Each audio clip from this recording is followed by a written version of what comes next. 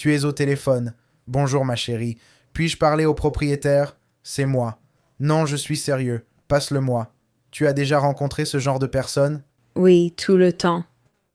D'accord. Bon retour à tous. Behind the Boom. Aujourd'hui, nous avons une invitée spéciale, ma cousine, Laura, en fait, qui est la propriétaire de... Comment prononces-tu ton nom? Fogleson Towing, Fogel Towing, Fogo Santa. Où êtes-vous basé? Ontario, Californie, pas le Canada. D'accord, merci pour la précision. Donc je veux juste aller droit au but avec la question que je pose.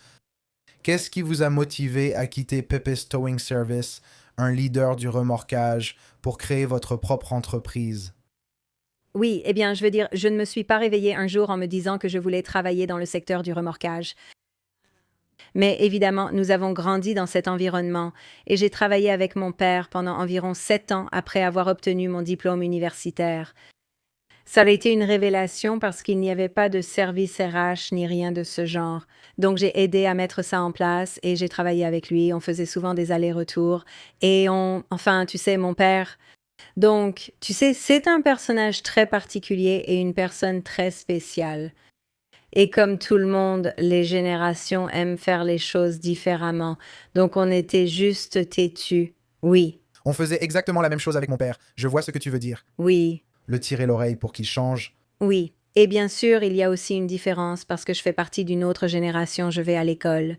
Je vais apporter beaucoup de points de vue différents de ceux qu'il a. J'ai travaillé avec lui et acquis beaucoup d'expérience. Et nous n'étions pas d'accord sur beaucoup de choses, mais ce n'était pas la principale raison pour laquelle je suis partie. L'occasion s'est présentée avec une autre entreprise de remorquage qui était à vendre.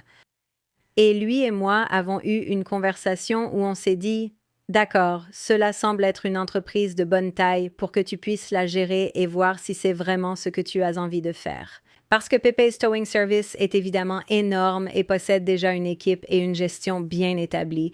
Alors j'ai relevé le défi. Je me suis dit que j'aimerais faire ça pour voir ce dont je suis capable avec toutes mes années dans l'industrie du remorquage. C'est comme ça que ça s'est passé, que je me suis lancée toute seule. Sur le papier, c'est toi, non? Juste toi.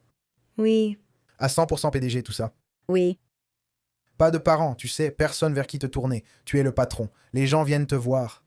oui, ouais. Comment c'était? Au début, ben, c'était bizarre et ça m'a pris du temps à m'y faire. J'avais peur, évidemment, parce que je me disais, oh là là, est-ce que je sais ce que je fais? Surtout que tu as 33 ans maintenant, non? Oui, j'ai 33 ans. C'était il y a 4 ans que j'ai repris juste au début de ce mois-ci. Donc, j'avais 29 ans quand c'est arrivé. Tellement de questions, mec. Donc évidemment, quand tu rachètes l'entreprise, ça vient avec le matériel, l'infrastructure, les employés. Comment les employés ont-ils géré ce changement?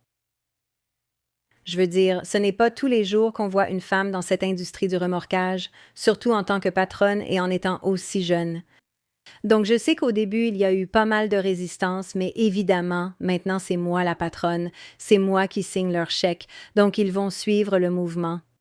Mais je dois dire que j'ai vraiment eu un bon accueil et tout le monde a été très réceptif et respectueux. Donc oui, c'était bien. S'ils ne se tiennent pas bien, tu sais, ils ont l'oncle Mani. Eh bien, il n'avait aucune implication dans l'entreprise. Je lui ai bien fait comprendre que c'était mon affaire, c'était mon bébé, et j'avais besoin de voir de quoi j'étais capable. Il a maintenant Pepe's Towing Service, maintenant c'est moi la patronne. J'étais là, il voulait me dire quoi faire et quoi dire à mes employés. Il venait sur le terrain pendant nos déjeuners et disait tu devrais faire ça aussi. Je lui répondais Monsieur, Pepe's Towing Service, c'est le vôtre, celui-ci c'est le mien. Je dois voir ce dont je suis capable. Et oui, c'est comme ça que j'ai fait. C'est comme quand tes parents viennent chez toi et qu'ils disent ne laisse pas ça là, exactement. Ça ne devrait pas être ici. Mec, c'est ma maison, c'est moi qui paie les factures. Laisse-moi un peu de désordre si j'en ai envie. Ouais, Exactement. c'est plutôt cool. Je veux dire, je ne me considère pas vraiment comme ça. Ils m'appellent un petit patron ici, mais dans ma tête, c'est toujours, tu sais, mon père, tu vois. Et puis mon grand-père a commencé, enfin notre grand-père a lancé Pepe's Towing Service. Donc je ne me suis jamais vu comme un propriétaire. Je me vois juste comme un des gars, tu sais, je suis juste Josh. Oui. Mais tu sais, ton titre, c'est en fait propriétaire après avoir été chez Pépez si longtemps, tu sais, toutes ces années, et d'être connu comme oh, toi, t'es la fille de Manny. Et maintenant, tu es le patron de Foglasson. Qu'est-ce que ça change exactement? Je veux dire, en quoi c'est différent? Parce qu'ici, j'imagine que si je devais tout recommencer à zéro, je ne saurais même pas si j'en serais capable. Tu sais, ça semble juste difficile. Donc, toi qui es là-bas, comment c'est de ne pas avoir, par exemple, tu ne peux pas juste appeler Lorenzo ou Manny, tu sais, ou Chris ou quelqu'un comme ça pour demander de l'aide. En cas de problème, vers qui te tournes-tu pour demander de l'aide? Eh bien, je dirais que c'est un peu comme nager ou couler, et je pense que tout le monde en est capable quand on se retrouve dans cette situation. Donc, c'est juste que si quelque chose d'inattendu arrive, comme la première année, j'ai eu un très grave accident qui est devenu, tu sais, une grosse galère. Et c'était tellement stressant, je me disais, qu'est-ce que je fais, toi ou ton camion? Non, avec mes camions, un de mes chauffeurs, et c'était dans les 6 mois après que j'avais acheté un camion tout neuf. Et donc, j'ai paniqué, mais je me suis dit, d'accord, respire, tu sais quoi faire. Est-ce que tu as pleuré? Probablement. Oui, probablement. Personne ne m'a vu pleurer, mais oui, probablement. Mais évidemment, vous êtes comme ma famille, comme Lorenzo, Pete, Chris, mon père. Ton père m'a aidé aussi. Je ne peux pas dire que j'ai fait ça toute seule ou que je n'ai pas reçu leur sagesse ou, tu sais, leurs encouragements parce que je les appelle tous les jours. Pourtant, je les appelle encore. Et comment je fais? Nous aidons souvent d'autres propriétaires. Oui, donc il n'y a aucune chance que je fasse ça toute seule. Évidemment, nous avons les meilleurs conseils, comme ceux de nos parents. Alors, vers qui d'autre pourrais-je me tourner? Qui va mieux me guider? Exactement. Donc oui, j'utilise vos ressources. C'est ce que je fais. Tu as quelque chose que tu veux demander, Alex?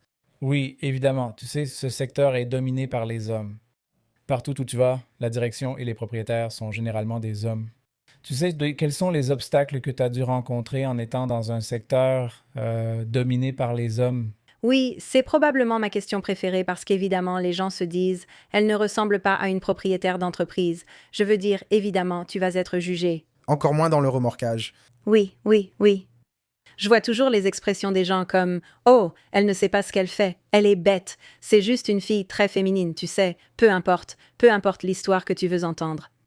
Mais honnêtement, c'est juste prier et rester proche de Dieu et juste savoir que je sais ce que je sais. Et si je ne sais pas, ce n'est pas grave parce que, tout comme toi, tu ne sais pas tout, tu n'es pas différente de moi, donc j'essaie juste de sortir ça de ma tête. Mais la plupart du temps, oui, il y aura des gens qui ne le prendront pas bien, qui voudront me faire culpabiliser ou me faire sentir inférieure ou peu importe. Mais il y a aussi le côté positif où il y a vraiment des gens qui sont très bienveillants, positifs et encourageants et qui disent waouh, ma belle, je te vois assurée. Et ça te motive. Donc c'est ça ma raison d'être. Cela me pousse à penser ok, tu peux le faire. Genre, il faut juste ignorer les rageux, je suppose, ou alors s'en servir comme carburant et leur prouver qu'ils ont tort. Et je pense que c'est pour ça que j'ai voulu me lancer encore plus toute seule, parce qu'il y avait ce préjugé du genre oh, la petite fille a son papa, elle ne sait pas ce qu'elle fait. C'est juste une fille gâtée, peu importe. Et je voulais relever ce défi, et au début j'étais très intimidée, bien sûr.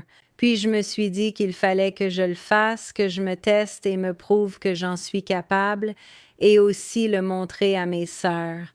En tant qu'aînée de 4 filles, je veux leur prouver que, fille ou non, on peut réussir. Et par exemple, ma plus jeune sœur, l'une d'elles, elle est dans la police autoroutière de Californie. Donc on avait tout le temps de longues discussions du genre « Hey, il faut que tu persévères. Même si c'est un secteur dominé par les hommes, tu peux y arriver. Tu sais ce que tu sais, reste forte et continue comme ça. » Et oui, c'est comme ça que j'ai réussi à traverser tout ça. Donc oui, ça a été amusant. Pour rebondir exactement sur ce commentaire, je n'y ai jamais vraiment été confronté moi-même. Quand j'étais plus jeune, oui, tu sais, avec la question de l'âge, mais les préjugés, il y a aussi le fait d'être une femme. Je veux dire, est-ce que tu t'es déjà retrouvé face à des préjugés? Par exemple, tu vas à la banque et tu dois déposer un chèque et on te dit « Oh, il nous faut le patron ici » ou quelque chose comme ça. Tu réponds « Je suis le propriétaire ». Non, sérieusement, c'est comme « Où est le patron ?» Quand tu remplis un contrat ou achètes une dépanneuse, il y a plein de situations similaires. Au téléphone, on te dit « Bonjour ma chérie, puis-je parler au propriétaire ?» C'est moi le propriétaire. Non, je suis sérieuse. Passe-le-moi au téléphone. Dois-tu parfois gérer ce genre de personnes? Oui, tout le temps. Oui, encore. Et c'est drôle parce qu'en gros, Ils pensent que tu es sincère. ouais. J'ai tout entendu, c'est du genre, cette entreprise ne va pas durer, genre tu vas juste la mettre en faillite en 2 ans. Et me voilà. Je viens de fêter mes 4 ans, j'en suis fière car chaque année compte, surtout que ce n'était pas facile. Comme toute entreprise, comme vous le savez, il y a des hauts et des bas, donc ça n'a pas été un parcours facile. Mais honnêtement, comme je l'ai dit, j'utilise juste ça comme carburant. Oui, 4 ans, ce n'est pas rien. Même après plus de 40 ans ici, chaque année reste une étape importante pour l'entreprise, quelle que soit la société.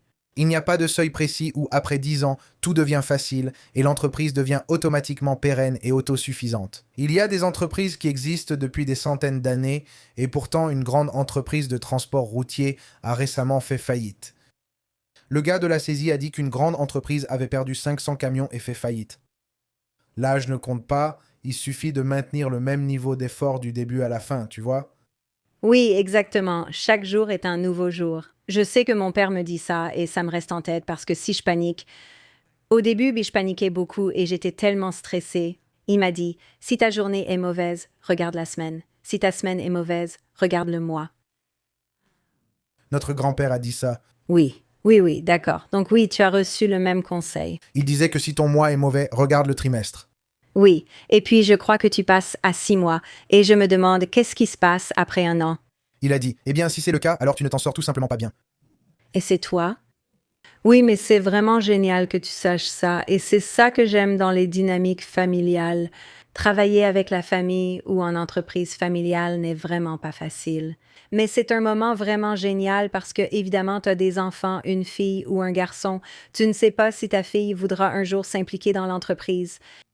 On ne sait jamais. Mais si c'est le cas, tu lui donneras un jour les conseils de ton père et ainsi cela se transmet de génération en génération. Je trouve ça génial. C'est justement pour la même raison que je trouve étonnant que tu sois dans ce milieu et que je ne voudrais pas que ma fille y soit, car c'est une industrie très masculine.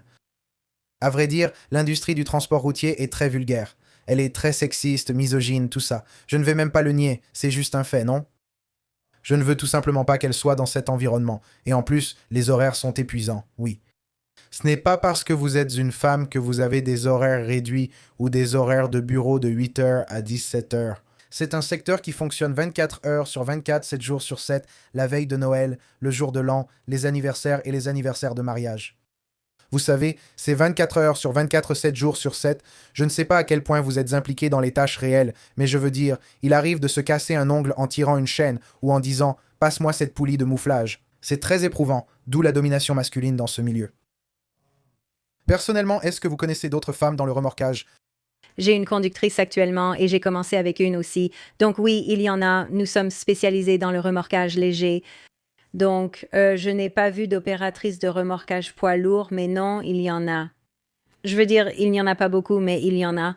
Donc, je veux dire, et pour revenir à ce que tu disais sur pourquoi tu ne voudrais pas que ta fille soit dans cette industrie, peut-être que ça touchera quelqu'un. Imagine si c'est ce qu'elle voulait, ou si ma sœur pensait ne pas pouvoir faire ça car c'est un secteur dominé par les hommes. Eh bien non, tu es une Acosta, tu as une bonne éthique de travail, on vient d'une famille de bosseurs, peu importe ce que les autres disent. Tu dois t'investir et tu peux y arriver. Ne trouve pas d'excuses, ne te laisse pas intimider par ça, c'est juste ce que je pense. Je veux dire, tu viens de me faire réaliser que je suis en train d'avoir des préjugés envers ma fille en ce moment. Oui, tu la juges déjà, tu ne peux pas faire ça, tu dois, parce que c'est... Je pense que ce secteur est dominé par les hommes. Elle n'aimera pas. Qui sait? Dans 15 ans, elle conduira Hulk 5.0. Oui, je veux dire, je ne pense pas que peut-être que j'aurais peut-être laissé tomber dans ce milieu si je n'avais pas les parents que j'ai. J'ai des parents très alpha, autant ma mère que mon père. Très alpha. Oui. Donc, j'ai une mère avec qui on ne plaisante pas, tu vois. Une vraie dure. Elle vient de Chihuahua. Et je veux dire, si tu sais, tu sais. Mais ta mère aussi, elle est tellement féroce. Et donc, et mon père, qui est aussi il voulait un garçon. Il a eu 4 filles. Il nous a élevés comme des garçons, peu importe qu'on soit des filles. Il voulait qu'on ait une bonne éthique de travail et qu'on travaille pour obtenir ce qu'on veut. Il nous a toujours transmis cela. Tu ne discrimines pas juste parce que tu es. Ouais. Pour lui, le travail ne fait pas de distinction. Et le fait de poursuivre ses rêves et ses objectifs non plus. Donc, ces barrières n'ont jamais été imposées par mes parents. Alors, pourquoi devrais-je permettre à quelqu'un ou à la société de m'imposer ces barrières? John, c'est une bonne réplique, ouais. Espérons que ça devienne viral sur les réseaux sociaux pour toutes les femmes qui nous regardent. Ouais, je veux dire, c'est pour ça que j'aime cette industrie. Je n'aime pas spécialement le remorquage. Ça ne me passionne pas. Je veux dire, j'adore regarder tes vidéos et tout ça. J'aime beaucoup cet aspect du remorquage. Ouais, genre, j'ai déjà accroché des voitures. Je sais comment remorquer. Je vais aider les gars et les filles quand on remorque des épaves à la casse. Oh, je conduis un camion. D'accord, mais je ne réponds pas aux appels, pour être honnête. Mais j'adore le défi et j'aime, tu sais, juste l'idée que la société ou les hommes ou peu importe qui disent que tu ne peux pas faire ça. Oh si, je peux. Tu vas voir. Je vais le faire probablement mieux que la plupart d'entre eux ou peut-être pas, mais au moins je vais tout donner et voir ce que je peux faire. Et je pense que c'est ça que j'aime. Et je pense que c'est pour ça que les femmes sont allées aussi loin, qu'elles ont accompli tout ce qu'elles ont accompli. Quelle est la taille de votre entreprise? Combien de camions, d'employés? Oui. Donc, nous sommes une petite entreprise. Nous sommes situés à Ontario, en Californie. Nous avons 7 camions, dont 5 dépanneuses à plateau et 2 dépanneuses à prise sous roue. Nous sommes spécialisés dans le remorquage léger et j'ai 7 employés. Et donc, oui, nous avons des contrats avec la CHP, la ville, le shérif, les PPI, des clients privés et des comptes de flotte. Comment ça se passe avec les entreprises locales? Je suis curieux car dans l'IE, PEPS n'est pas très bien vu. Oui, Est-ce que ça se répercute sur vous? je veux dire, je suis juste moi-même. J'essaie d'être amicale et respectueuse avec tout le monde. Et ceux qui sont réceptifs à ça, tant mieux. Et ceux qui ne le sont pas, eh bien que Dieu vous bénisse. Que Dieu les bénisse, n'est-ce pas? Oui. Vous avez 7 camions. Quels sont vos objectifs futurs? Prévoyez-vous de vous lancer dans le remorquage de véhicules moyens et lourds? Oui, c'est l'objectif. Je veux aussi m'étendre dans d'autres régions, comme le comté d'Orange, d'autres comtés ou le High Desert. Évidemment, en ce moment, le coût de tout est tellement élevé, mais l'objectif est de se développer. Oui, d'aller vers les poids lourds. Des chauffeurs me suggèrent de prendre un poids lourd pour passer leur permis poids lourd, mais je leur réponds de regarder la facture. Ce n'est pas facile d'y entrer, mais oui, c'est l'objectif. Ce n'était pas dans mon plan sur 5 ans, donc si je ne le fais pas dans 1 an, ce sera dans mon plan sur 10 ans. C'est incroyable. Donc, puisque tu as commencé il y a seulement 4 ans, tu es encore tout nouveau dans le métier. Comment ça a évolué? Les coûts, je veux dire, avec l'économie et tout ça, les prix, par exemple, il y a 4 ans, je ne sais pas quand tu as acheté ton premier camion, mais si tu compares avec un camion aujourd'hui, le diesel il y a 4 ans, le diesel maintenant, tous les frais en général, est-ce que tu as vu une grosse augmentation? Oui, de façon significative, surtout le prix des camions. C'est fou. Le diesel et même les frais généraux. Les employés, je veux dire, si on y pense, si McDonald's paye 20 de l'heure, tu crois qu'un dépanneur voudra être payé 20 alors qu'il risque sa vie sur l'autoroute avec des conducteurs ivres ou juste, Des trucs comme ça. oui, gérer des situations folles, tu sais, comme le remorquage. Je trouve que cette industrie, enfin, vous êtes en train de redorer la réputation des dépanneurs, honnêtement. L'autre jour, quelqu'un est venu à la fenêtre et m'a dit: «Oui, j'ai vu la vidéo de Peppa et tu sais, c'est fou tout ce qu'ils font.» Et j'ai répondu: «Ah oui, oui, ils sont vraiment doués, hein?» Et il a dit: Ce gars-là est arrogant. «Oui, non, mais à part ça, vous vous exposez comme le font les policiers ou les autres services d'urgence. Donc, vous savez, ils veulent aussi être bien payés. Je dois donc être compétitive à ce niveau-là et offrir des avantages.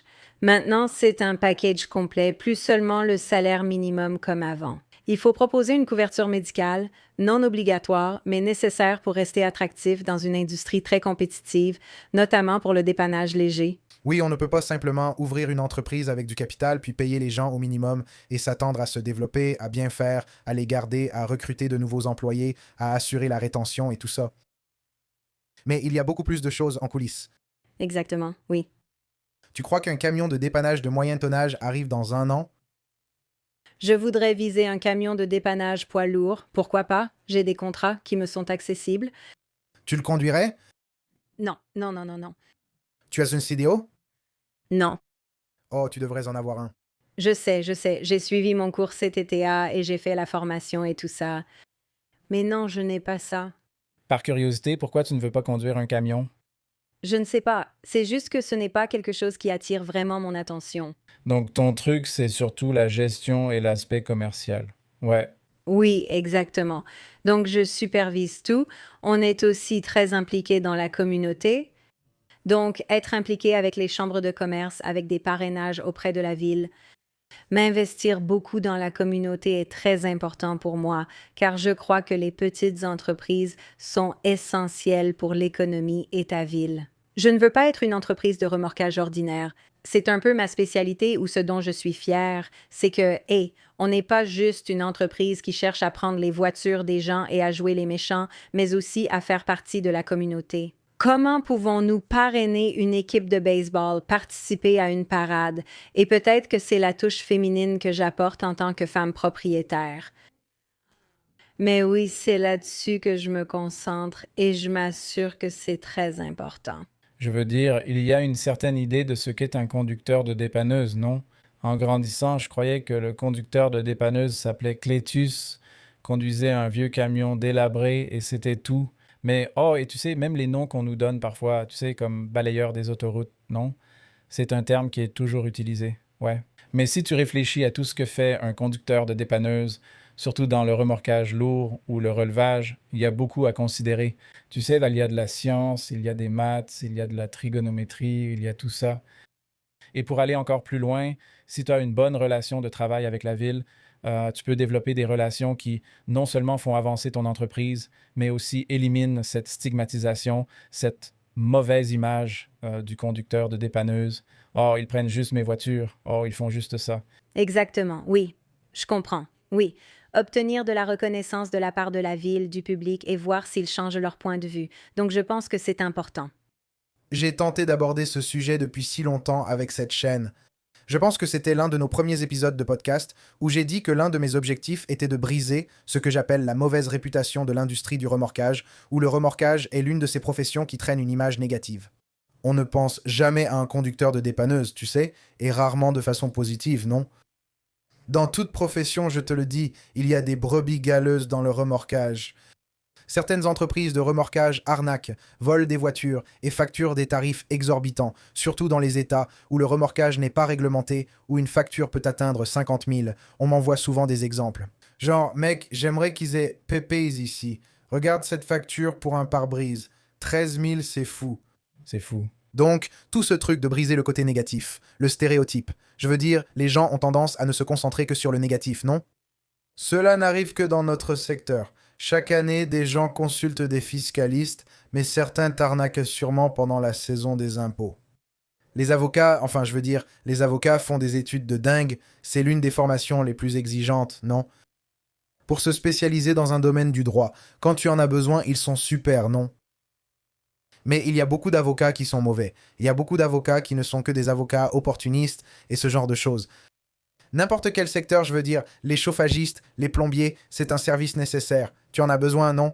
Mais est-ce qu'il y en a beaucoup qui vont dire «Oh, ça coûte 10 000 $», mais dans l'ensemble, tu sais, tout le secteur n'est pas jugé juste à cause de quelques brebis galeuses. J'ai l'impression que le remorquage, c'est différent, tu vois. Genre, dans tous mes commentaires encore aujourd'hui, les gens disent «Tu dois sûrement facturer 50 000 pour ce boulot» ou «Vous prenez les voitures des gens la nuit». Mais non, on ne fait pas ça. Oui, oui. Donc c'est un combat que nous essayons tous de mener, je suppose. C'est juste de briser ce stupide stigmate négatif autour du remorquage. Oh, on aide. Au fait, tu sais qui est Ron Pratt? Non, je ne sais pas. C'est une grosse pointure sur YouTube. Il a commencé bien avant moi et compte plus d'1 demi-million d'abonnés. C'est aussi l'un de ses objectifs. Tu sais, il est là-bas dans le Missouri, non? Missouri. Tout là-bas dans le Missouri. Il a le même objectif de briser ce stéréotype négatif, tu sais. Comme tu l'as dit, Clétus ou Martin, tu sais, quand ils mettent des dépanneuses dans les films, ce n'est jamais quelque chose de stylé et cool comme un camion de remorquage Martin superclasse. Ouais, c'est tomateur. Ouais, c'est toujours un vieux tas de ferraille rouillé, avec de grosses dents en avant et en panne. Ouais. Comme dans les films, tu sais, le gars porte une salopette avec une bretelle qui dépasse, il est gros et ça fera 50 $. Tu sais, est-ce que c'est ça ton objectif avec ce podcast et ta chaîne YouTube? Un énorme objectif. C'était un énorme objectif. J'avais envie de faire le podcast depuis super longtemps, tu sais, en dehors des trucs YouTube. Alex est alors arrivé, très motivé, et a dit « Faisons-le, je suis partant ». Et j'ai toujours pensé qu'avec mon réseau, je pourrais inviter des leaders du secteur, différents PDG. On a déjà eu quelqu'un d'important dans le milieu de la saisie de véhicules. Nos parents racontaient de l'histoire du poivre. Il y a aussi Mark Batts, propriétaire de Tow Industries, où tout le monde vient chercher ses dépanneuses, ici. Des gens comme ça, des leaders en sécurité. On a eu l'équipe de recherche et sauvetage urbain ici pour leurs activités. C'est juste pour montrer que le remorquage est une industrie énorme. Tu sais, on fait partie de l'industrie du transport routier, un sous-ensemble de celle-ci. Mais tout ce qui est sur la route, tout ce qui est mécanique, est sujet à des pannes. Et si c'est sur la route, comment tu l'enlèves quand ça tombe en panne? Exactement. Ce n'est pas seulement les rabatteurs qui nous donnent une mauvaise image. J'ai l'impression que les mises en fourrière sur propriété privée et les saisies de véhicules sont mises dans le même sac que nous tous, mais toutes les entreprises de remorquage ne font pas cela. Je fais des mises en fourrière sur propriété privée. Oui, tu fais partie de ceux dont on dira du mal. Je sais. PPI. Que signifie PPI? Mises en fourrière sur propriété privée. Et j'adore ça, c'est là que vous... Allez chez Target ou garez-vous chez Target avant une fête. Non, non, non, vous voyez? Vous ne le faites pas. Vous l'avez expliqué? D'accord, voyez? Je le suis déjà. Oui, vous êtes... Stéréotypé. Test. Oui. Alors, c'est quoi un PPI? Apprends-nous quelque chose. Oui, la raison pour laquelle les PPI existent, c'est pour réguler. Ils font respecter les règles de stationnement sur les propriétés privées, donc les complexes d'appartements, les propriétés commerciales. Quand vous entrez dans un complexe d'appartements, Un complexe d'appartements, disons CBC 22 658 stationnement illégal, peu importe, votre voiture sera enlevée par un tel, n'est-ce pas? oui, il faut aussi disposer de la signalisation adéquate. Si vous agissez légalement, un code doit être respecté. Et donc, par exemple, si vous vivez dans un complexe d'appartements et que vous avez un permis de stationnement ou une place réservée, disons la place numéro 76, peu importe, et un autre locataire continue de se garer là et vous vous dites juste « Oh là là, ce locataire », alors vous nous appelez la société de remorquage pour venir l'enlever et vous devez fournir une preuve.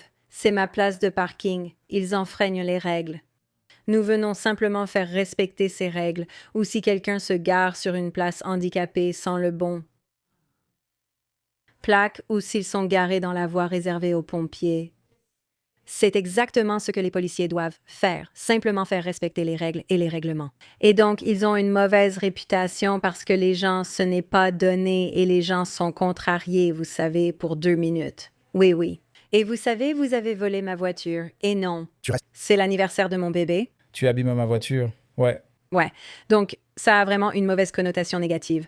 Mais je veux dire, on ne peut pas juste remorquer un véhicule sans le signaler. Il faut le signaler à la police. Et nous avons remorqué ce véhicule pour telle ou telle raison, X, Y et Z.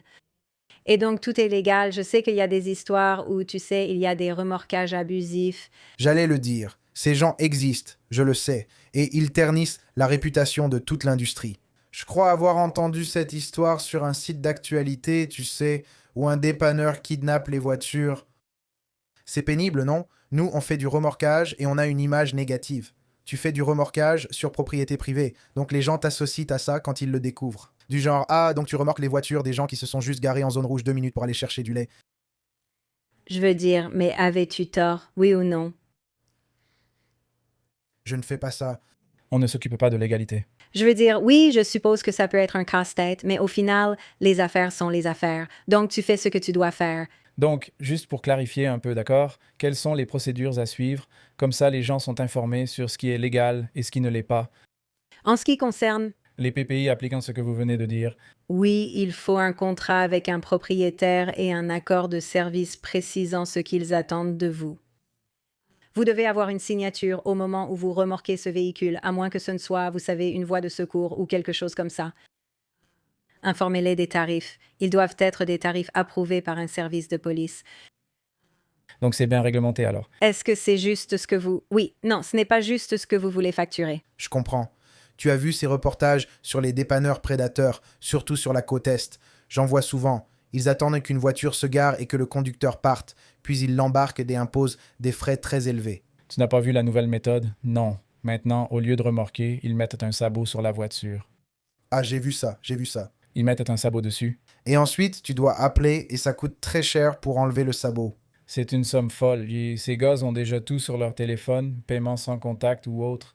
Tu vois, de ton côté, il y a de nombreuses étapes. Pas simplement se garer puis voir sa voiture enlevée.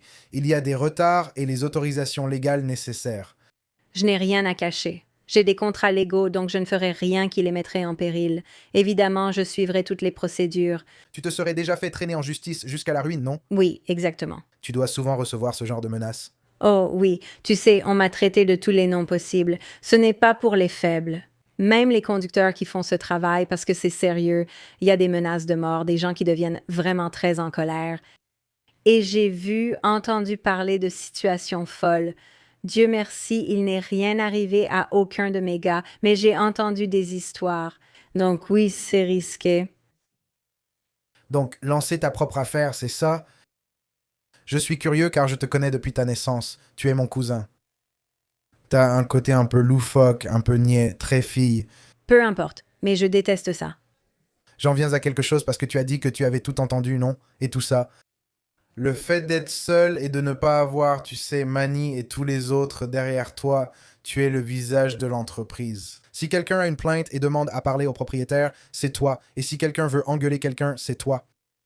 Est-ce que ça t'a permis de développer une carapace? Est-ce que tu as grandi? Je veux dire, est-ce que tu t'es rendu compte que tu es, waouh, tu sais, je suis mentalement différent maintenant. Ouais, ça a été un vrai parcours. Ça a vraiment été tout un parcours. Et les personnes les plus proches de moi, comme mes meilleures amies et mes sœurs, savent qu'il y a eu beaucoup de moments où je pleurais, où j'avais juste envie d'abandonner, où je ne voyais pas la lumière au bout du tunnel et où je me disais, tu sais quoi, peut-être que les gens ont raison. Peut-être que je ne devrais pas être là-dedans. Je veux dire, j'ai fait des études de psychologie. Je voulais faire de la thérapie et je suis dans un domaine complètement différent. Et je me dis, peut-être que je devrais retourner là-dedans. Mais je ne sais pas, c'est juste que je ne pouvais pas abandonner. C'était juste, non, tu dois continuer. Honnêtement, prier et rester proche de Dieu m'a aidé à arriver là où je suis et à avoir cette confiance maintenant parce que maintenant j'ai fait mes preuves, tu vois. Comme tu l'as dit, 4 ans, ce n'est rien, mais en fait, c'est quelque chose. Donc, c'est comme, oh, elle ne sait pas ce qu'elle fait. Mais si c'était vrai, pourquoi l'entreprise réussirait-elle encore après 4 ans, sans aide? Je veux dire, en ce qui concerne mon père ou, tu sais, d'autres personnes qu'il pense m'aider. Bien sûr, j'ai mon équipe et mes employés sans qui je ne pourrais pas faire ce que je fais. Mais oui, ça m'a forgé un caractère solide. Ça m'a donné une confiance que je n'aurais jamais pensé avoir il y a 8 ou 10 ans. Et pour encourager d'autres femmes ou même d'autres personnes, ce n'est pas seulement réservé aux femmes. Que, hey, même si on doute de toi, si tu crois en toi, même si parfois tu ne crois même pas en toi, parce qu'à un moment donné, je ne croyais vraiment pas en moi, tu avances jour après jour. Je veux dire, prie, travaille dur et continue simplement jour après jour, et tu verras, n'abandonne jamais, honnêtement. Concernant ce côté valorisant, je me demande si l'inverse est arrivé. Par exemple, quelqu'un vient chercher un PPI avec un mauvais état d'esprit, pensant déjà que tu as vendu sa voiture. Est-ce que ça t'est déjà arrivé qu'au lieu de t'insulter, disons que c'est une mère ou quelqu'un de ton âge, peu importe, qui vient récupérer sa voiture et peut-être que tu fais la remise et il te voit, puis il découvre que tu es le propriétaire. Est-ce que ça s'est déjà transformé au lieu qu'il t'insulte ou qu'il soit en colère? Ils disent plutôt waouh, c'est toi le propriétaire, genre c'est impressionnant. Et ensuite, tu sais, ils se sentent valorisés. Oui, À leurs yeux, tu as volé leur voiture, puis ça devient attends, c'est toi le patron? D'accord, madame. d'accord, tu peux, je vais t'aider. Oui. Non, je veux dire, ça n'arrive pas souvent parce que ce qu'ils doivent payer, il n'y a rien qui puisse les convaincre du contraire, à moins que je leur donne le remorquage gratuitement. Oui, La mère est impressionnée, tu sais. donc, mais oui, non, oui, il y a beaucoup de femmes qui sont là, genre, d'accord, elles te félicitent et sont juste reconnaissantes et impressionnées, je suppose. C'est dans ces moments que je me dis que je suis contente de le faire et c'est pourquoi je continue. Oui, pour rebondir, d'après ce qu'il a dit, tu constates davantage l'inverse maintenant? C'est-à-dire plus de femmes, par exemple, qui critiquent une autre femme qui réussit et fait ce que, tu sais, les autres hommes font. Comme, Tu as vu ça? Non, pas vraiment. Je veux dire, peut-être que je ne m'entoure pas de ce genre de personnes, mais oui, toutes les personnes dont je m'entoure, surtout dans le domaine professionnel, sont vraiment très solidaires. Et c'est surtout ce que j'aime avec les petites entreprises. Et je suis vraiment une grande défenseur des petites entreprises parce que, vous savez, ce sont elles qui sont l'épine dorsale de notre économie, car on s'entraide vraiment. On le fait vraiment. Je trouve qu'il y a beaucoup d'entraide comme comment puis-je aider ton entreprise à grandir? Et d'accord, mais tu sais, je travaille aussi avec beaucoup de femmes d'affaires. Et puis, comment peux-tu m'aider? Comment puis-je t'aider? Donc, il y a beaucoup d'entraide comme ça, c'est très valorisant. Mais je n'ai pas vraiment rencontré d'autres femmes malhonnêtes ou quoi que ce soit de ce genre. Avec mon emploi du temps ici, avec tout ce que je fais, c'est hyper chargé. Tu as évoqué l'engagement auprès de la communauté et tu y es très impliqué. Je sais que ton père et les autres remplissent chaque année des dépanneuses à plateau de jouets pour les enfants. Mec, il est là dans le camion juste à côté du Père Noël, tu vois, et tout ça. Que fais-tu pour ceux qui regardent? Tu es à la tête d'une petite entreprise. Tu n'as pas besoin de donner beaucoup. Tu sais, redonner à la communauté, ça peut être n'importe quoi. C'est aussi simple que d'organiser un événement dans ta cour, juste en utilisant l'espace dont tu disposes. Quelle bonne façon les petits entrepreneurs ont-ils de redonner à leur communauté? Je dirais que la première chose, c'est de s'impliquer auprès de la chambre de commerce locale de ta ville. Toutes les chambres de commerce avec lesquelles j'ai été impliquée. Le gouvernement, tu veux dire? Comme une chambre, le conseil municipal? Oui. Mais les chambres de commerce, pas par la chambre de commerce. Oui, la chambre de commerce. Donc, ce sont généralement des petites entreprises qui créent un réseau et s'entraident à se développer ou qui sont aussi très impliquées dans la ville. Donc, toutes les ressources dont tu as besoin, tout ce dont tu as besoin pour aider ton entreprise à se développer, ils ont tous les contacts. En intégrant ce type de réseau, ils te conseillent vraiment, par exemple, tu devrais rencontrer cette personne ou on a cet événement de sensibilisation ou communautaire. C'est vraiment ce qui m'a aidé à m'impliquer dans la communauté. Tout cela est public. Oui. Tu peux juste... Tu peux trouver ça sur le site web. Chaque ville a une chambre de commerce, je crois. Je n'ai jamais mis les pieds dans une chambre de commerce. Je sais, ce n'est pas ton truc. Toi et ton père, ce n'est pas votre truc. Et mon père et moi, on adore ça. Au début, je n'aimais pas ça, mais il m'a vraiment poussé. Et j'ai eu l'impression que ça ne m'était jamais venu à l'esprit de le faire. Oui, Tu vois? oui. Eh bien, tu as de la visibilité grâce à ta chaîne YouTube et tout ça. J'ai déjà fait des concours et des trucs comme ça, mais pas vraiment. Ce serait cool. J'ai vu un gars que je suis sur Instagram. Il a fait un truc que j'ai trouvé cool, un truc où il a organisé parce qu'il vient d'Hawaï, je crois. Et il a fait un truc, ce n'était même pas un concours. C'était presque comme une collecte de dons où il avait plein de nourriture, de couches, de cartes d'essence et tout ça. Genre, si tu galères, pas de question, tu viens juste récupérer un colis de première nécessité. Donc je me suis dit qu'on pourrait peut-être faire un truc comme ça, tu vois. Oui, Surtout quelque chose pour les enfants. Par exemple, si les enfants vont à l'école primaire et distribuent des choses comme ce que vous faites avec les jouets, oui. mettre des jouets dans une boîte et les donner à l'équipe de distribution du Père Noël. La ville est tellement impliquée dans tout ce genre de choses. Elle vous mettra en contact avec les bonnes personnes. Mais c'est important parce que, je veux dire, au bout du compte, vous, genre, qu'est-ce que le succès, n'est-ce pas? Donc, vous avez énormément de gens qui vous suivent. Mais à quoi ça sert? Je pense que c'est toujours pour transmettre aux autres. Ou c'est transmettre aux autres. Comment on dit? C'est transmettre à son tour. Non? Transmettre à son tour. C'est ça. Peu importe. Femme. Toy Story. Paye-le. Peu importe. Tu vois ce que je veux dire? Donc le but, c'est de transmettre, non? Alors pourquoi tu réussis? C'est quoi ta raison d'être? Ce n'est pas seulement pour l'argent ou l'influence, mais pour aider et inspirer les autres. C'est ce que vous faites ici avec ce podcast et votre chaîne YouTube. C'est juste pour garder cet élan. Ça fait du bien. C'est ce que mon père m'a toujours montré. Et je pense qu'il tient ça de notre grand-père, qui était un homme très généreux. J'entends toujours de ceux qui l'ont connu combien il était généreux, et je pense que c'est pour cela que l'entreprise a autant réussi. Et je ne dis pas qu'on le fait juste pour réussir, mais simplement parce que ça fait du bien, et je pense qu'il y a un dicton qui dit « Tu es béni pour bénir les autres ». C'est ce que je ressens à ce sujet. On dirait mon père. Très profond. Oh, c'est très profond. Très profond. Oh, quand il est puissant. Lui, il est puissant. C'est puissant. Tu es d'accord, non? Tu es d'accord? Mon père est tellement comme ça. Genre, j'ai une Aston Martin, évidemment. J'aime ce genre de choses.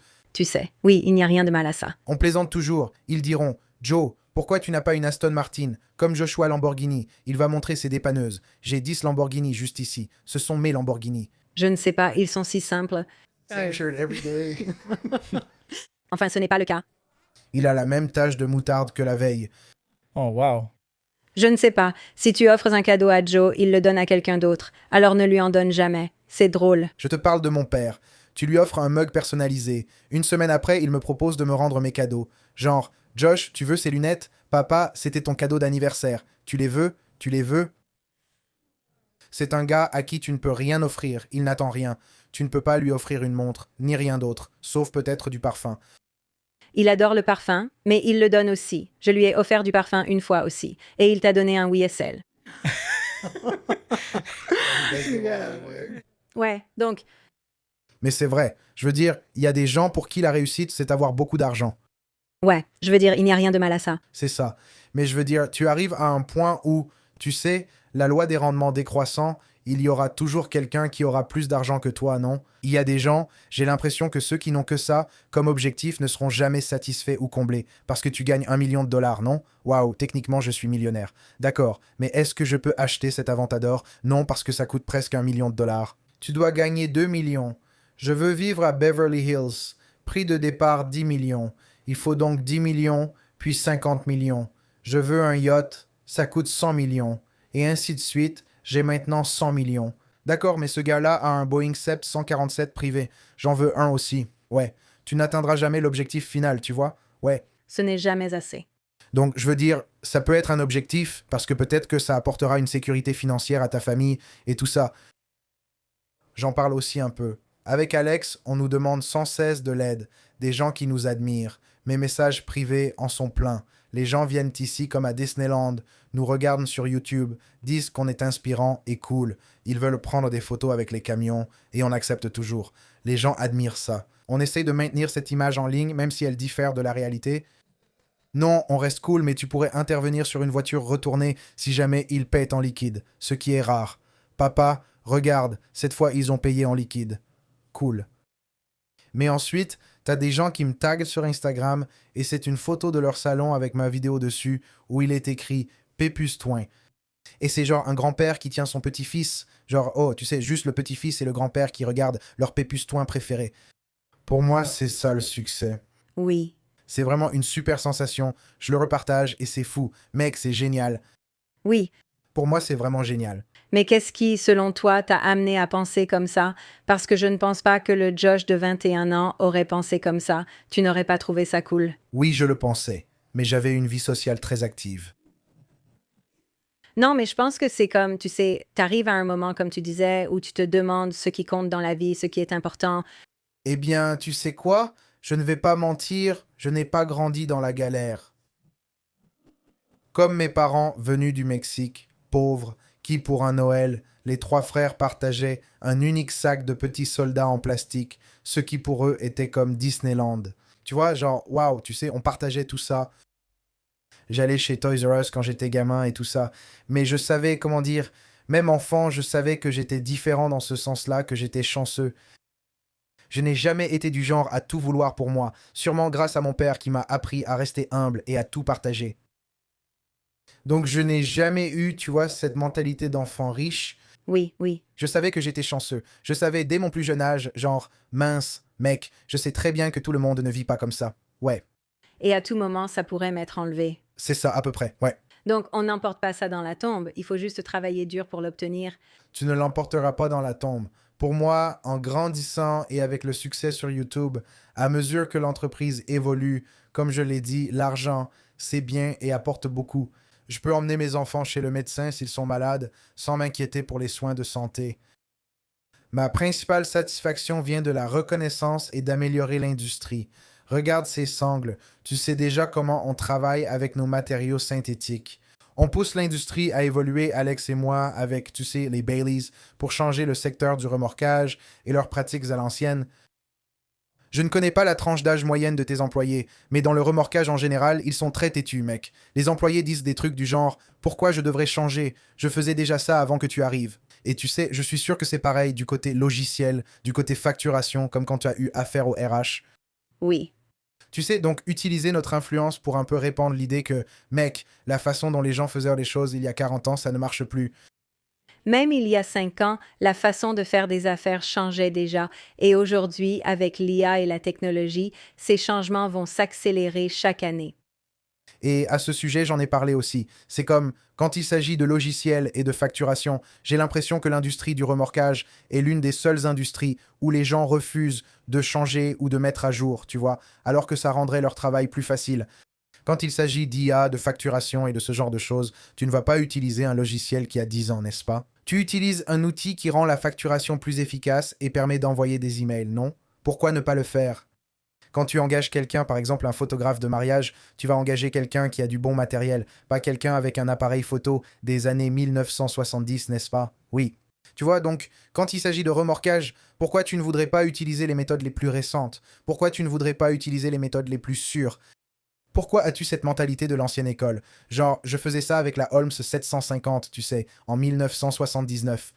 D'accord, Billy Bob, combien de temps ça a pris? Combien d'heures avec les voies bloquées et combien de blessés? Maintenant, avec les dépanneuses rotatives, c'est plus sûr et efficace. Nos équipements de levage aussi. C'est un autre facteur de réussite. Je veux vraiment aller plus loin et partager mes connaissances. Oui, c'est lié à l'âge que la plupart des gens que j'ai rencontrés dans le secteur ont plus de 50 ans. Je ne pense donc pas que le secteur soit réceptif. Je veux dire, moi aussi, je suis dans ce cas.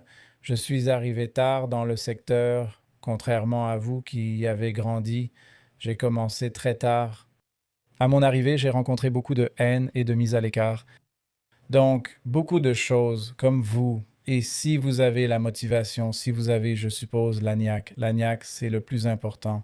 Si vous avez la niaque d'aller chercher ce que vous voulez et d'apprendre par tous les moyens nécessaires, en nouant des amitiés qui vous apprendront tout ça, qui ne vont pas garder les choses pour eux, parce qu'il y a beaucoup de gens qui vont le faire, et apprendre tous ces différents aspects en lisant à travers toute la littérature et tout ce genre de choses. Je pense que tu pourrais réussir. Mais tu sais, juste le fait que l'âge soit, tu sais, 40, 50 ans, ils ne voudront pas t'apprendre. Ils veulent juste te dire que tu t'y prends mal. Tu fais ça alors qu'il y a plusieurs façons de faire les choses. Oui, exactement. Donc, l'une des façons serait, tu sais, tu pourrais le faire avec la chaîne. Tu pourrais le faire avec du gréement synthétique. Et je suis sûr que quand on sera plus âgé, il y aura sûrement autre chose qui sera révolutionnaire. Tu sais, quelque chose qui sera probablement bien plus solide que ça, ouais. Des aimants. Imagine. Aussi, Aussi, faire évoluer l'industrie. Votre chaîne et vos propos donnent envie à davantage de personnes de s'intéresser au remorquage. Je pense que voir vos vidéos peut inspirer des gens à se dire « Oh, j'ai envie de me lancer dans le remorquage, dans cette industrie, parce qu'il y a vraiment une grande différence. » Je veux dire, je ne vois pas beaucoup de gens qui se disent « Oh, j'ai envie de faire du remorquage. » Ça a l'air cool, tu vois, parce que ça n'avait pas ce genre de visibilité positive. Et donc, peut-être qu'en ayant ce genre de plateforme, ça encouragera même les personnes plus âgées comme mon père ou, comme tu disais, ceux qui gardent le savoir pour eux à partager leurs expériences et à donner leurs conseils. Et donc, transmettre ces informations. Je reçois beaucoup de messages privés et de demandes. Vous embauchez? Vraiment? Mais malheureusement, en fait, c'est juste que les gens, ils voient Alex et moi récupérer une remorque sur le côté. Ouais, Ils pensent que ça a pris genre 45 minutes, ils ne savent pas vraiment. hey, je veux faire ça, je veux monter dans ce camion ou dans une dépanneuse rotative et faire ce que tu fais, comme si c'était facile. Tu sais, d'abord, si tu veux te lancer dans le remorquage, je veux en parler, c'est Ce n'est pas une industrie facile. Ouais. personne ne saute dans une dépanneuse rotative instantanément. Eh bien, je veux dire, Alex l'a un peu fait ici, je l'ai fait. mais Alex fait partie des chanceux. C'est une anomalie. Mais la plupart du temps, si tu veux te lancer dans le remorquage, c'est beaucoup de travail, beaucoup de nuits blanches, beaucoup d'entreprises appellent. Oui, Certaines entreprises permettent de ramener le camion chez toi, d'autres non. Beaucoup d'entreprises de remorquage ont des contrats avec les services de police, ce qui impose des délais d'intervention très courts. Il faut être réactif. Tu pourrais être à la fin de ton service, et là tu reçois un appel de la police. Tu dois répondre. Tu ne peux pas leur dire non. Donc c'est un secteur très fort, très solide. Si tu es là-dedans, c'est soit parce que tu es désespéré, soit parce que tu es passionné. Il n'y a pas d'entre-deux. tu dois être dévoué, tu dois vraiment t'investir. Et je pense que mes meilleurs employés sont celles qui sont responsables, dévouées, qui ont une bonne éthique de travail et qui prennent leur travail au sérieux parce que, je veux dire, ta vie, tu exposes ta vie et celle des autres. C'est un travail sérieux. Ce n'est pas, tu ne peux pas juste te présenter au travail avec la gueule de bois, ou je veux dire, tu pourrais, mais tu représentes un risque. Tu vois ce que je veux dire? Tu dois vraiment être à fond, être responsable et être prête à travailler. Donc oui, Mais tu n'arrêtais pas de parler de nos réseaux sociaux. Tu sais, Alex est devenu super populaire. J'ai pas mal d'abonnés aussi. Je pense que tu essaies un peu de faire pareil, non? oui. Personnellement, je n'aime pas les réseaux sociaux et je n'en ai pas sur ma page perso, mais évidemment, on ne peut pas vraiment les éviter. C'est un peu comme l'annuaire des années 80 ou quelque chose comme ça. Tu dois en avoir si tu veux être connu. Ce serait fou de pas en avoir. Oui, donc ma meilleure amie m'a aidé à me lancer sur TikTok et Instagram. Donc, je paye une entreprise qui m'aide avec ça, mais je fais vraiment de mon mieux. Il me payait, ou sinon je finirais par le faire gratuitement. Oui, Comme si tu en avais assez, comme si tu avais plus de temps de ton côté, toi, pour faire ça. Oh là là, non. Oui, je comprends à quel point les réseaux sociaux sont lucratifs et importants. Et donc, être là à publier et aussi à donner une image plus positive du secteur, comme tu l'as dit plus tôt.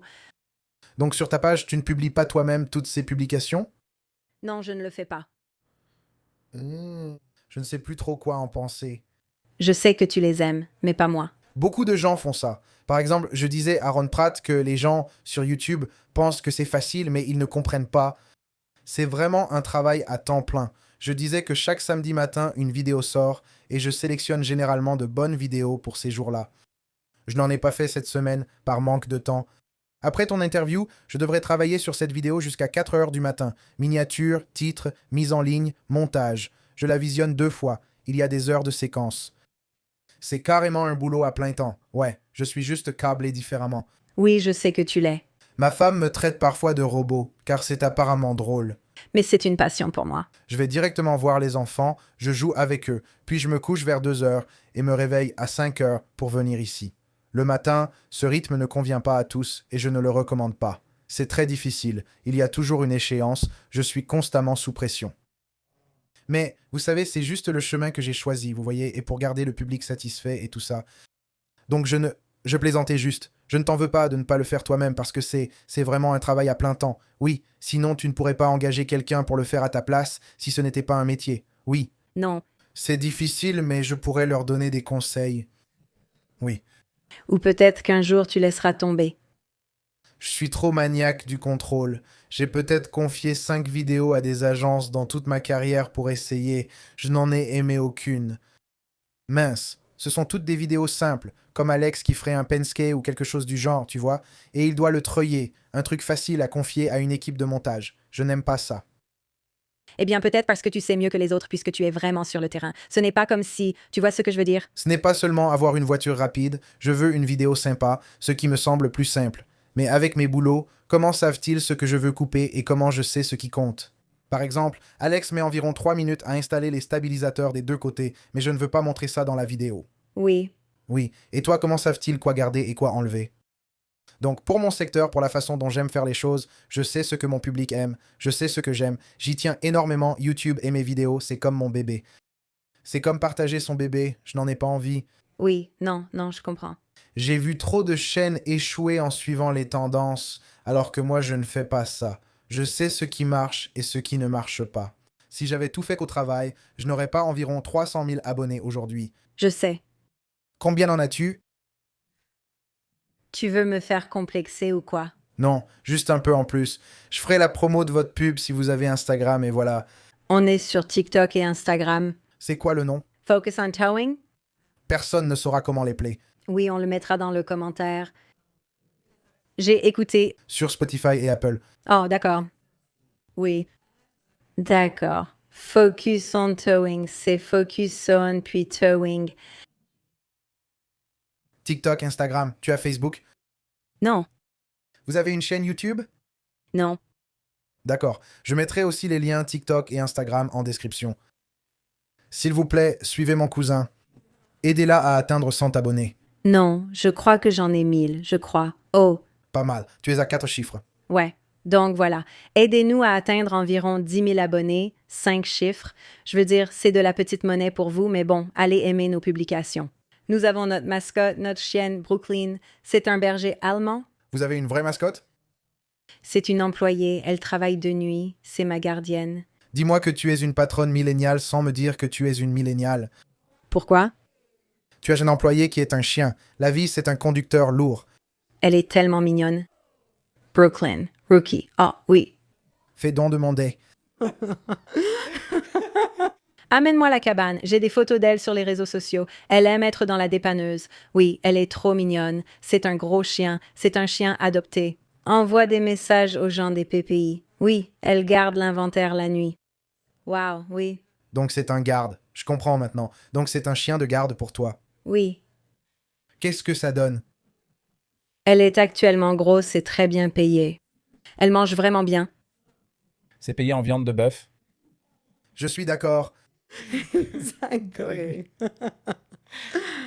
Nous approchons donc de la barre d'une heure, si tu peux le croire. Le temps passe toujours vite dans ces podcasts, n'est-ce pas? Oh là là, vraiment? Je te jure, oui. Mais qu'est-ce qu'on oublie autre chose? Non, d'habitude, je laisse Alex conclure s'il veut, avec tes éventuelles questions. On avait juste une dernière question. En tant que propriétaire, patron, PDG, est-ce que tu as l'impression de faire quelque chose de différent ou quelque chose d'inhabituel pour traiter tes employés différemment, disons, des autres propriétaires avec cette touche féminine? Oh, Bonne question, surtout que tu étais chez Pépis et connais la façon dont les employés étaient traités. Oui. Et je pense, et c'est vrai, l'une de mes choses préférées, c'est vraiment ma relation avec mes employés. C'est juste que je n'aime pas, évidemment, c'est une petite entreprise. Je ne veux pas qu'ils aient l'impression de n'être qu'un employé, que je me fiche d'eux. Tout ce qui m'importe, c'est que tu viennes et que tu fasses ton travail. Bien sûr, ça compte pour moi. Mais je veux aussi savoir, enfin, je veux dire, je demande, même si ça peut sembler ringard, mais quels sont tes objectifs et tes aspirations? Où te vois-tu dans 5 ans? J'espère que tu seras toujours dans l'entreprise, mais comment tu vois? Parce que comment peux-tu nous aider à grandir? Mais comment puis-je t'aider à grandir? Peut-être qu'ils peuvent accéder à des postes de gestion ou des choses comme ça. Donc, j'ai de bonnes relations avec la plupart de mes employés et j'ai ces conversations avec eux. On pourrait dire que c'est une discussion émotionnelle typiquement féminine, du style « Comment va ta famille? Quoi de neuf? » Des questions très générales. Je trouve juste ça drôle. Donc, je demande juste, tu sais, genre, comment tu vas? Et dans ces conversations, j'apprends beaucoup sur eux. Et s'il y a des choses pour lesquelles je peux donner un coup de main, tu sais, que ce soit financièrement ou juste, hey, j'ai besoin de ça, ou tu vois, ça me fait plaisir parce que ils font partie du succès de l'entreprise. Donc, je leur suis vraiment reconnaissante. Du coup, les anniversaires sont vraiment importants. On leur offre un gâteau puis une carte cadeau. Oui, je sais. Oh. Mon Dieu. C'est l'anniversaire d'Alex la semaine prochaine. On fait quoi? On va travailler. that's irrelevant! Par exemple, leur offrir une carte cadeau ou écouter leurs histoires, comme J'ai mon enfant ce week-end. Oh, tiens, voilà un petit extra, tu sais, peu importe. Passe un bon moment avec ton enfant ce week-end ou quelque chose comme ça. Donc, je pense que ce sont des petits détails comme ça, tu vois. C'est vraiment ça. Je n'y avais même pas pensé avant que tu en parles, mais c'est une chose, et c'est un stéréotype, mais dans le bon sens, où être une femme serait utile. Parce que, je veux dire, comme tu le sais, surtout dans l'industrie du camionnage et du remorquage, les patrons, quand ce sont des hommes, ne sont pas comme ça. Oui, ils ne se soucient pas de tes sentiments. Les faits ne se soucient pas de tes sentiments. Genre, Voilà un vrai patron. Il fait preuve de compassion et d'empathie, te demande si c'est l'anniversaire de ton enfant, t'encourage à lui offrir un cadeau et à passer du temps avec lui. oui, mais je veux dire, j'ai vu la reconnaissance de ça, de comment ça se passe. Tu sais, ça compte. Même un simple genre, hey, j'apprécie que tu fasses partie de l'équipe. Tu sais, tu aides vraiment l'entreprise, même juste un simple message comme ça. Je comprends comment c'est comme, oh wow, tu remarques vraiment le travail que je fais, tu sais, parce que tout le monde veut, tu sais, de la reconnaissance positive. Tu envoies des messages à Brooklyn? Brooklyn, non, non, non, non. FaceTime. Oui, c'est lui qui t'a appelé? Breakland, elle ne peut pas quitter la cour parce que, oui, mais je lui donne des friandises, je lui donne un, comment ça s'appelle chez Starbucks, le puppuccino. D'accord, donc je lui en donne de temps en temps. Donc, oui, Quand elle, dans cette économie... c'est gratuit. Oh, je ne savais pas ça. Oui. Waouh, c'est cool. C'est bon à savoir. Eh bien, c'était vraiment une bonne façon de conclure, une belle touche. Nous ne souhaitons que le meilleur à Fogelson. Avec un peu de chance, dans un an, tu seras notre 55e, peut-être 60e invité, et tu présenteras ton camion de moyenne ou de forte capacité. Oui, si Dieu le veut. Très bien, merci de nous avoir regardés, tout le monde. Allez la suivre, Fogelson Towing sur Instagram et TikTok, et aussi Bepius Towing si vous regardez. Et À la prochaine. Au revoir.